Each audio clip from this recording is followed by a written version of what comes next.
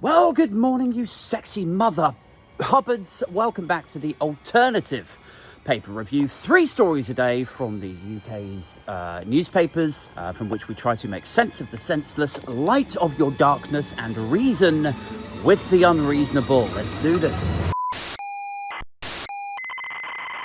Now, before we get started, a quick plead and beg for you to, of course, like and subscribe. Make sure you are subscribed to the channel, because with every subscription, it helps YouTube blast me out to more and more people. It helps the channel to grow. Now, the main story I want to talk about this morning is the stats, the analysis that has come out of this think tank.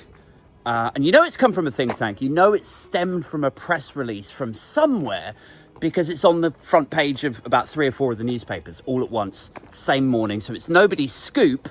It's something that's been deliberately pushed out by think tanks and lobby groups. And it's this. You can see here on the front page of the Daily Mail, there is supposedly a £50 billion black hole in the Treasury. I mean, you thought the 20 billion one was bad, that Reeves and Starmer were on about. As soon as they got in the door, they were like, oh, we're going to have to raise national insurance to plug this gap because of the state of the finances that we've been left. Well, if you thought 20 billion was bad, double it and dip it in chocolate, because we are in for a fun ride now. So we know who's saying it. It's a think tank, supposedly quite a well-respected one. I've not really looked into them with any great depth as yet.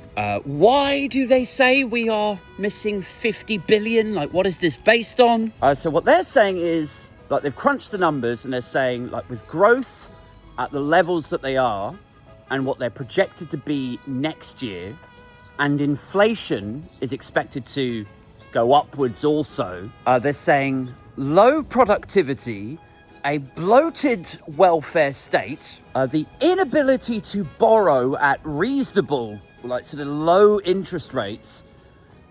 Basically, all of it coming together is going to mean that she's going to have to plug this gap by the end of this parliament to the tune of 50 billion. And so, really what we're saying is, she's got to start now. She's got, like, as of this autumn, she's going to have to start increasing taxes. Otherwise, like, at the end of the parliament, just before the next general election, she'll have to dump it on everyone. Like, please vote Labour. Look at all these wonderful tax rises that we've literally just done to you. Like, that's not going to fly. So they're saying, look, if you want to sort of scatter this out, make this a bit more palatable to the electorate, 50 billion is what you need. So you're going to have to start come September. Now, this is where it actually gets quite icky for Keir Starmer, particularly, because, like, a lot of people heap praise on Starmer for being this bridge between the European Union and Trump seems to like him. And maybe he's played a blinder, you know, with the geopolitical diplomacy, the global statesman stuff.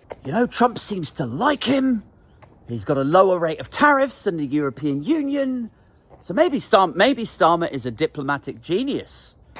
They say. But it is inescapable that the Trump tariffs are costing the UK economy, like, to the tune of between 4 and 5 billion every year. So what's that like by the end of the parliament? Like 4, 8, 12, 16 billion of this 50 billion is down to the Trump tariffs. And that's before we even talk about Brexit, which Labour still seem bizarrely ideologically wedded to. So there are ways and means that they could approach and attempt to address this problem, i.e., you know, rejoin the single market, maybe play harder ball with Trump, or distance yourself trade-wise from North America, or build closer ties with emerging economies like Brazil and India. Like, I'm not saying there's a perfect solution to address the Trump tariffs. I just think, you know, if you're sat in a room with Donald Trump, singing his praises, picking up his papers when he drops them for him, pretending the special relationship is, you know, pure, it's equals pequals, it's 50-50, of course it is.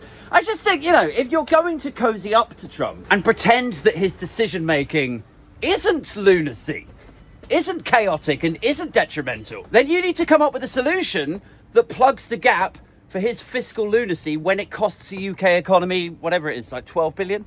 Did I say 16 billion? Like, I don't agree with tariffs. I think they're self-defeating, nationalistic. I think they hurt the people at the bottom of the socio-economic ladder. The exact same people who voted Trump in and who were expecting this golden age to recommence will now end up basically paying the price tacitly through an import tax that hurts them and their allied neighbouring countries' economies like ours. So it's just one of many reasons that I don't like Trump. You guys say that you do like him, so you need to find a solution that doesn't impact me and people like me, that plugs that gap, that then helps to bring that £50 billion down by 16 billion.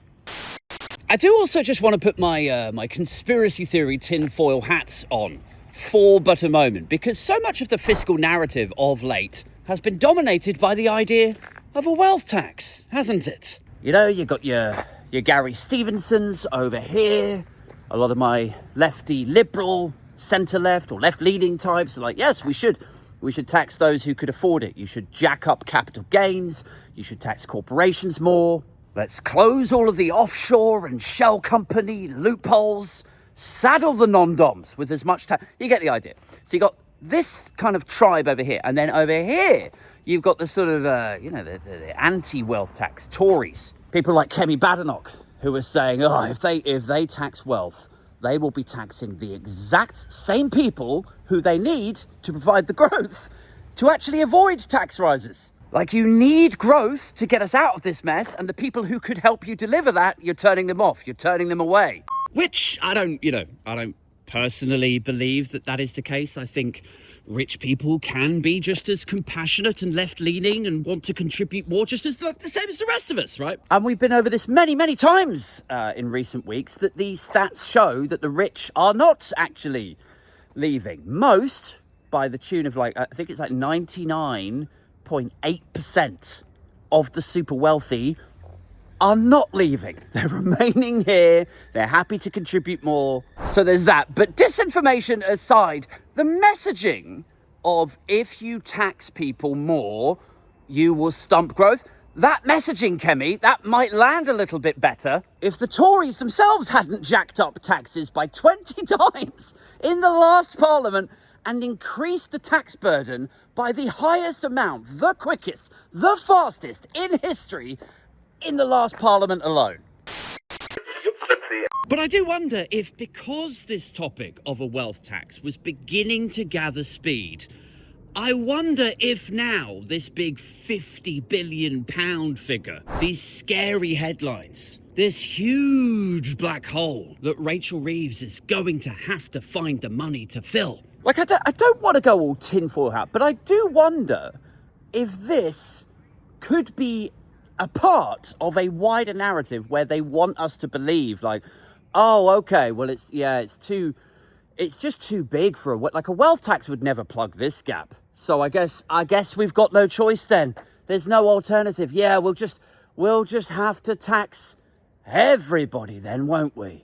Because, of course, the fastest way to plug a £50 billion black hole in the Treasury wouldn't be to ask very, very nicely of our betters to throw £1,000 in here or £10,000 in there to formulate a wealth tax that may just claw in about, 10 billion or 13 billion. No, the fastest way to fill a fiscal gap of that magnitude would be, inarguably, to just jack up taxes on the working and middle class horrendously.